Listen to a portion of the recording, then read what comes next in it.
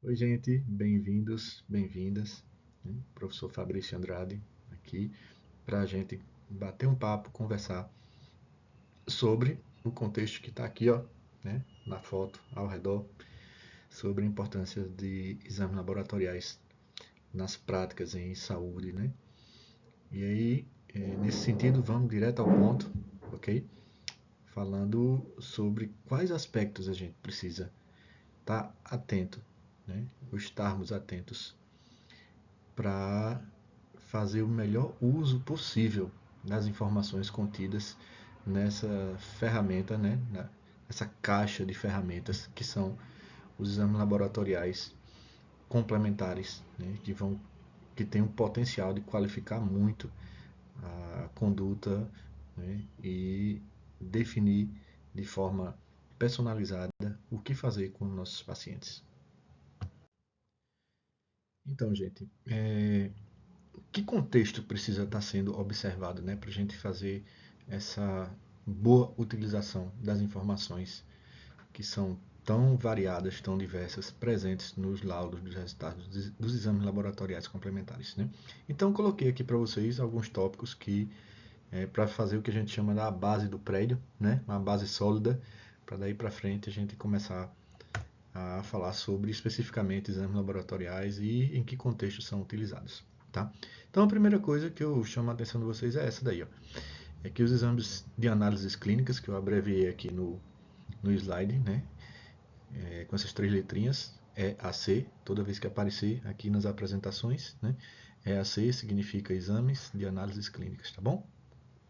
Então, um primeiro tópico que é crucial a gente chamar a atenção de vocês é que a utilização das informações contidas nos exames laboratoriais elas podem melhorar a assertividade da conduta, né? Então, tratamentos mais adequados a situações específicas, né? Contextualizando com a realidade do paciente, né? Do ponto de vista clínico, laboratorial, tá? Então, esse é um ponto que a gente precisa ter muito em mente, porque os exames laboratoriais têm esse potencial de, como eu coloquei aqui ó, na imagem, acertar não somente no alvo, mas no centro do alvo. Quando a gente fala de centro do alvo, é estabelecer uma conduta assertiva, certo? Segundo ponto, muito importante para a gente levar em consideração é quando solicitar que tipo de exame, tá certo? Quando, né?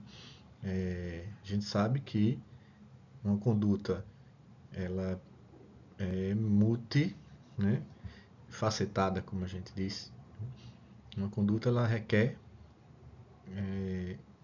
informações do ponto de vista clínico, laboratorial, aspectos presentes ou identificados na anamnese, tá bom? Para que tudo isso? Para a gente solicitar o exame baseado naquela condição específica do paciente, tá bom? Depois a gente vai detalhar mais sobre isso, certo? Depois, olha só que importante esse aspecto aí, ó. Vê só, uma vez que a gente vai estar traçando condutas, né, definindo estratégias terapêuticas, medicamentosas ou não, baseado em resultados de exames laboratoriais, um ponto que não pode deixar de ser observado é a qualidade ou confiabilidade do exame que chega até vocês, né? Para que vocês possam avaliar e a partir deles, né, definir a conduta específica, né? O monitoramento de um paciente. Então, esse aspecto terceiro aí que eu coloquei para vocês aqui, né? Chama a atenção justamente para isso, né? E aí eu vou mostrar para vocês, né, algumas dicas de como identificar um exame laboratorial que segue critérios de qualidade, tá certo? E de legislação também, certo? Outro aspecto crucial é esse daí, pessoal, né? Os exames laboratoriais, os exames de análises clínicas complementares, eles permitem e fornecem informações, né, bem importantes para que seja praticada o que a gente chama de condutas baseadas em evidências científicas, tá bom? Os exames laboratoriais, quando solicitados de forma adequada e bem interpretados, eles dão muito respaldo técnico para o que você vai a tomada de decisão em saúde, certo? E outro aspecto muito importante quando a gente fala de, sobretudo, de interpretação dos resultados dos exames, é ampliar esse olhar, né? O que a gente chama de saúde integral, ok? Os aspectos bioquímicos, hematológicos, sorológicos, eles estão inseridos em um contexto muito maior, né? Quando a gente fala de exames, né, tem sempre um paciente por trás com uma genética própria atrelada, uma condição socioeconômica, né, higiênico-sanitária, né, que interferem, né? Interferem no sentido de que contextualizam e muitas vezes dão lógica ao que vai aparecer enquanto resultado de exame, tá certo? Então, esse olhar é muito importante, né? Que a gente chama de saúde integral, né? Os aspectos psíquicos, como tá aqui na imagem, né? Psíquicos, mentais, físicos, energéticos, emocionais, espirituais, ambientais, eles com certeza interferem no laudo laboratorial, tá? E para exemplificar, né, o que eu estava comentando acerca da importância dos exames de análises clínicas no contexto de condutas em saúde, eu trouxe para vocês, né, de forma ilustrativa aí, né, o site do próprio Conselho Federal de Medicina, que cita alguns mitos e verdades sobre exames laboratoriais, né, utilizando referências bibliográficas, né, internacionalmente consolidadas, certo? Para quem tiver de repente interesse em ir mais a fundo nesse assunto, aqui no slide, no finalzinho, tem a referência bibliográfica que foi utilizada para gerar essas informações, certo? Logicamente que eu tomei o cuidado de ler o artigo antes de comentar sobre isso aqui com vocês, tá bom? Então, ó, um aspecto importante é que aproximadamente 70% das condutas em saúde, né? Aqui se cita condutas, decisões médicas, mas a gente pode tranquilamente expandir para condutas também não médicas, né? De enfermagem, nutrição, né? Enfim, né? Toda fisioterapêuticas, toda profissão de saúde que no seu âmbito, né, em algum momento se utiliza de exames laboratoriais, a gente pode, né, dizer que aproximadamente 70% daquilo que deve ser feito com o paciente é definido por critérios presentes em exames laboratoriais, certo? E aí, nesse sentido, fica aí exemplificado, né, mais uma vez, a importância dessa temática aqui. Em assim sendo, tendo sido demonstrada a importância, né, dessa temática na assistência em saúde, não dá para deixar de falar, né, sobre controle de qualidade em exames laboratoriais complementares. Faz sentido ou não, pessoal? Né? A gente vai estar utilizando aí resultados de exames laboratoriais para definir uma conduta, monitorar a paciente, definir uma estratégia terapêutica, fazer prognóstico, né? Pôr em prática o que a gente chama de assistência preventiva. Vê só, imagina essa ideia. A gente está avaliando um resultado de exame laboratorial de um paciente e esse exame não tem qualidade técnica, né? E aí, qual é o desfecho? Inevitável ou quase inevitável, né? Um laudo que não tem confiabilidade, porque não tem qualidade, vai nos levar a definir estratégias de atenção em saúde de forma equivocada. Eu acho bem didático se a gente faz um paralelismo de ideias, né? Eu gosto muito de enxergar essa parte de assistência em saúde assertiva, né? Com repercussões ou desfechos dentro de uma margem de previsibilidade interessante para o profissional, colocar num contexto como se fosse assim, ó, uma cena de crime, tá certo? Oxe, o que é que tem a ver? Vê só, quando a gente fala de desvendar, né, um assassinato, por exemplo, vê só quais são as etapas que estão envolvidas né, nesse contexto. O primeiro aspecto que inevitavelmente surge, né, é a polícia ser acionada, né?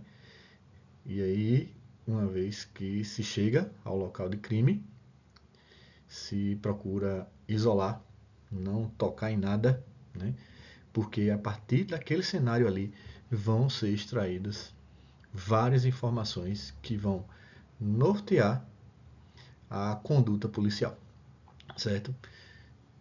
O que é que tem a ver isso com o exame de análises clínicas, né, gente?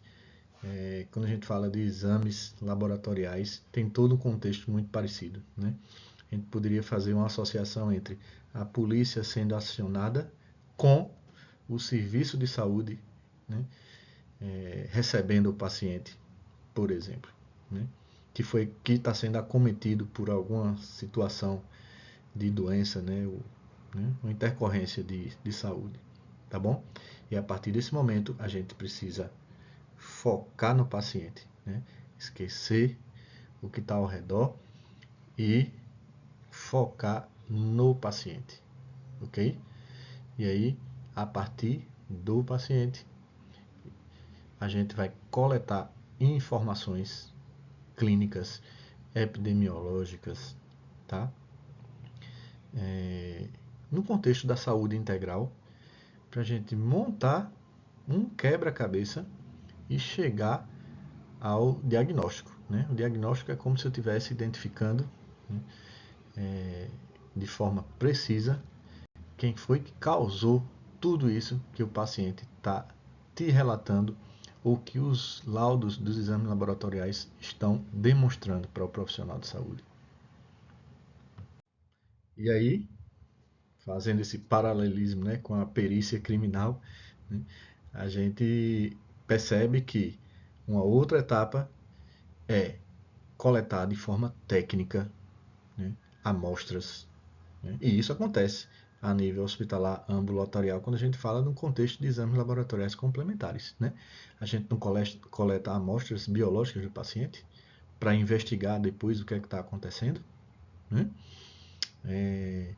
Então, numa cena de crime, né, como vocês podem ver, né, coloquei essa imagenzinha aí só para contextualizar, existe uma categoria profissional específica, né, e especializada em coletar essas amostras. É um perito criminal. Né? No ambiente da assistência e saúde, a gente pode estar enxergando aí um médico, um enfermeiro, um biomédico, um técnico de laboratório, técnico de enfermagem, né? Coletando informações do paciente. Né? De que forma? Através de uma anamnese, exame físico, coleta de amostra biológica para realização de exames, ok? Exames de imagem, enfim, tudo o que for possível e adequado para a situação, a gente tem um profissional, né, ou um corpo técnico voltado para isso, né, ok? E faz parte do processo de assistência a gente identificar, né, aliás, preceder a identificação, a coleta de informações na cena, né? Façam um paralelo como se fosse a cena de crime, fosse a fisiopatologia de uma doença, ok? Uma vez coletadas as informações, né, no contexto da perícia criminal, se suspeita de um indivíduo e avançando com a investigação, aprofundando a investigação, a gente começa a partir para outra etapa, que é o reconhecimento. Né? E aí, a analogia possível para o contexto da assistência em saúde é quando a gente suspeita, a gente está chegando a uma hipótese diagnóstica. Né? E a partir das informações contidas no contexto da assistência, né? Exame físico, anamnese, resultado de exame, relato do paciente, né? a gente começa a reconhecer a condição patológica ali presente, ok? Ressaltando um detalhe, é que a gente pode ter, né? Porque eu não falo, porque eu usei esse termo assim, reconhecendo, porque vê só, no contexto da assistência em saúde, pessoal, vocês vão perceber que existem diferentes condições de saúde e doença que podem se manifestar da mesma forma em um determinado tipo de exame. Vou dar um exemplo, ok? Porque eu não posso dizer que uma pessoa que está com hiperglicemia, eu não posso imediatamente dizer que ela é uma pessoa diabética, né? Porque não é apenas diabetes que causa hiperglicemia. Lembra quando a gente fala de glicemia, eu estou falando do exame laboratorial, né?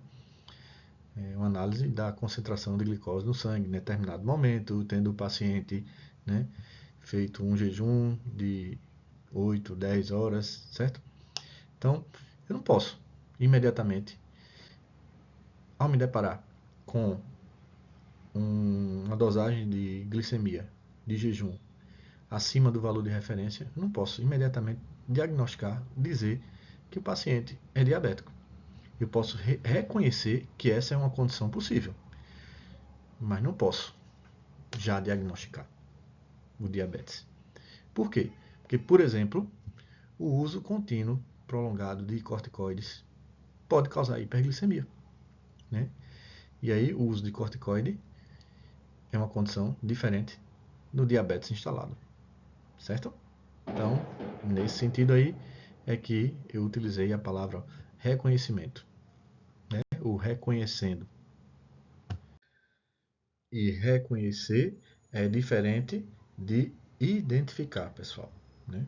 Quando a gente identifica a condição, né, responsável por aquilo que o paciente está manifestando, aí a gente chega ao diagnóstico, né? Fazendo a analogia com esse contexto aí criminal, é como se eu estivesse identificando o autor do crime, tá bom? E aí vocês vão ver o quanto os exames laboratoriais, né, complementares podem dar um suporte técnico, né, baseado em evidências científicas para vocês não somente fazerem um diagnóstico preciso, como também traçarem condutas efetivas e com desfechos previsíveis, ok? Isso é muito interessante, né? Então, trazendo toda essa conversa de perícia criminal para o âmbito da saúde, olha como uma coisa tem tudo a ver com a outra, né? Eis que um paciente chega ao serviço de saúde com esses sintomas aí, ó, né? Altamente sugestivos de apendicite, né? Então, ó, vômito, dor direcionada para o lado direito, né? Febre, né? Sensação de empachamento, né? Perda de apetite, diarreia. E aí vê só, percebe que eu tenho um conjunto de informações aí que de forma isolada a gente fica um pouco perdido. Mas quando a gente junta as informações, a gente começa a partir de uma suspeita para uma identificação, né?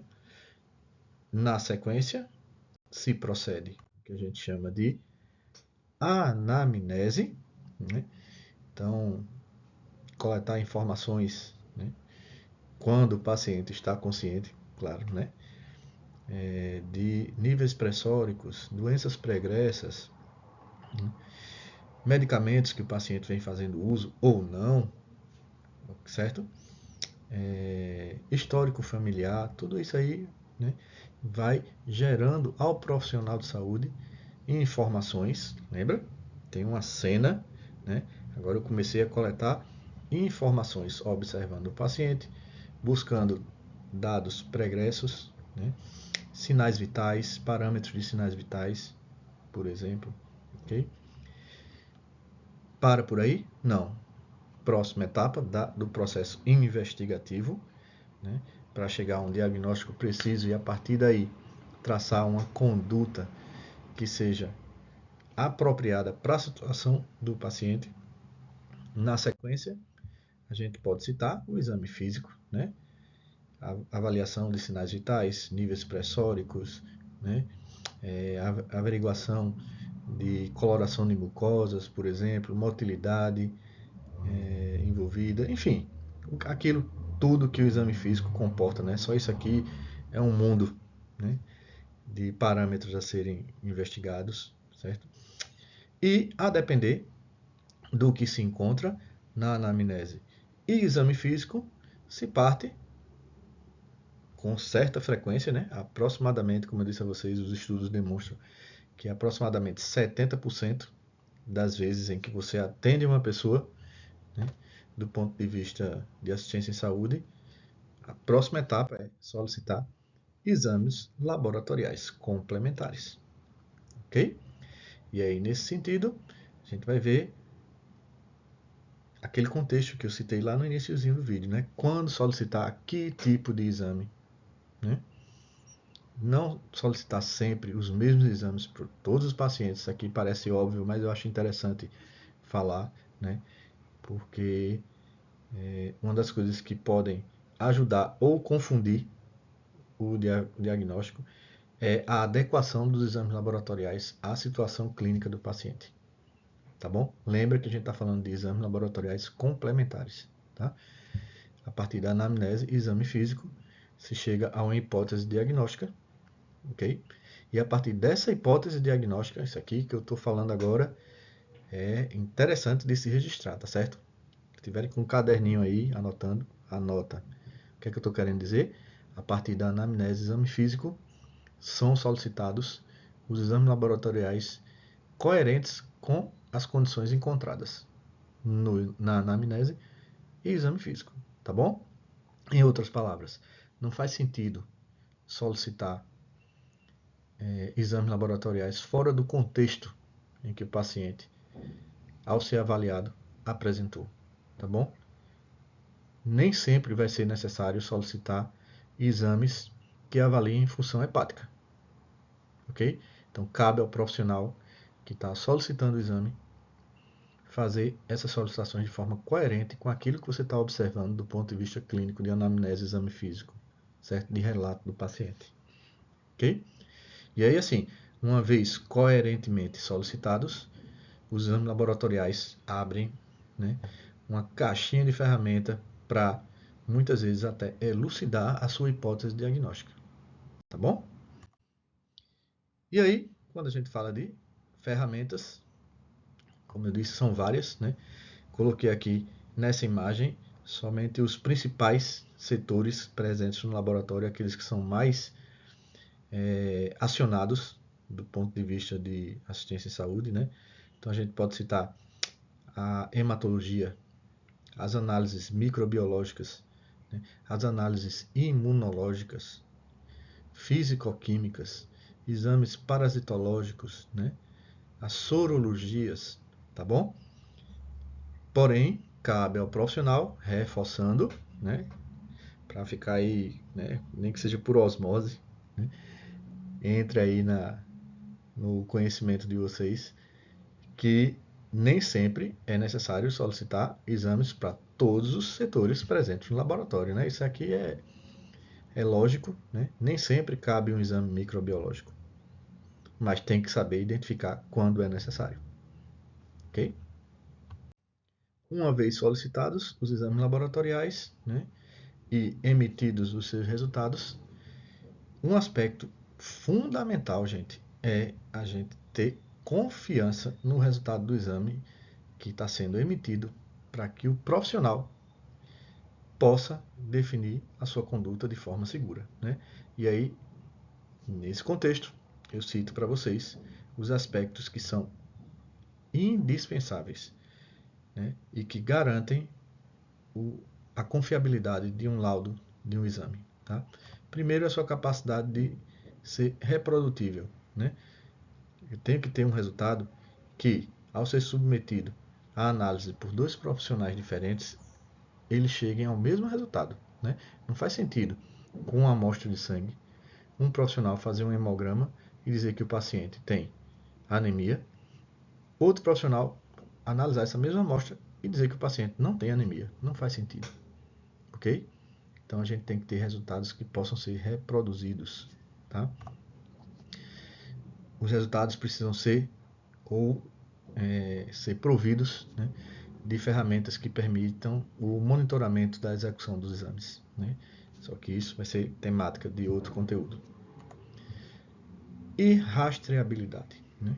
Então a gente precisa saber e controlar todos os aspectos envolvidos no fluxo de realização dos exames, né? Desde sua coleta até a emissão do resultado, né? É isso que garante, né, a qualidade daquilo que eu estou utilizando como recurso para definir a conduta, né, monitoramento com o paciente que está sob os meus cuidados, né, sob o cuidado de vocês, tá bom? E aí a primeira dica que eu vou deixar aqui para vocês é: observem se o laudo do exame laboratorial dos pacientes de vocês tem alguma certificação de controle de qualidade, tá bom? A principal delas é essa daqui, ó, o selinho do Programa Nacional de Controle de Qualidade, tá bom? Laboratório que emite laudo com esse selo é um laboratório que participa de programas de controle de qualidade muito rígidos e que segue preceitos legais, né, prerrogativas legais para estar gerando esse tipo de serviço, tá bom? É o único? Não. Existem mais outros selos de qualidade que podem ser adotados para garantir, né, a qualidade do exame. Quais são eles? Ó, existe esse selinho aqui da ONA, Organização Nacional de Acreditação, e também o Programa de Acreditação Laboratorial, né?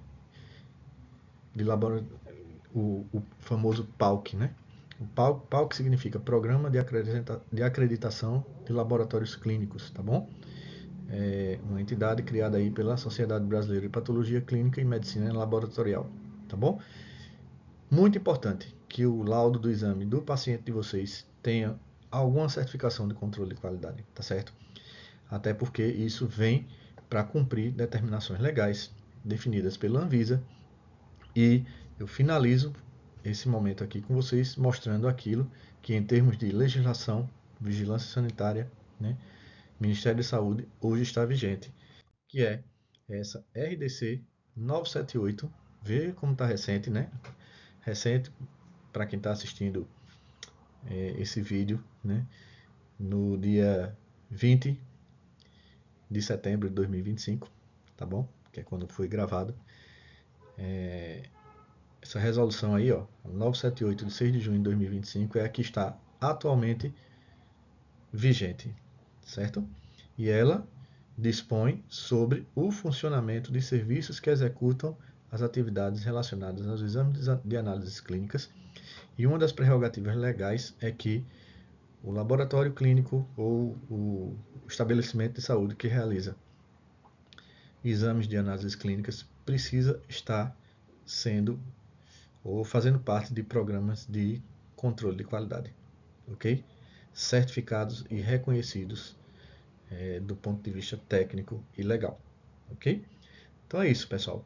Para esse momento, fecho o conteúdo e convido vocês a irem seguindo aí, ok?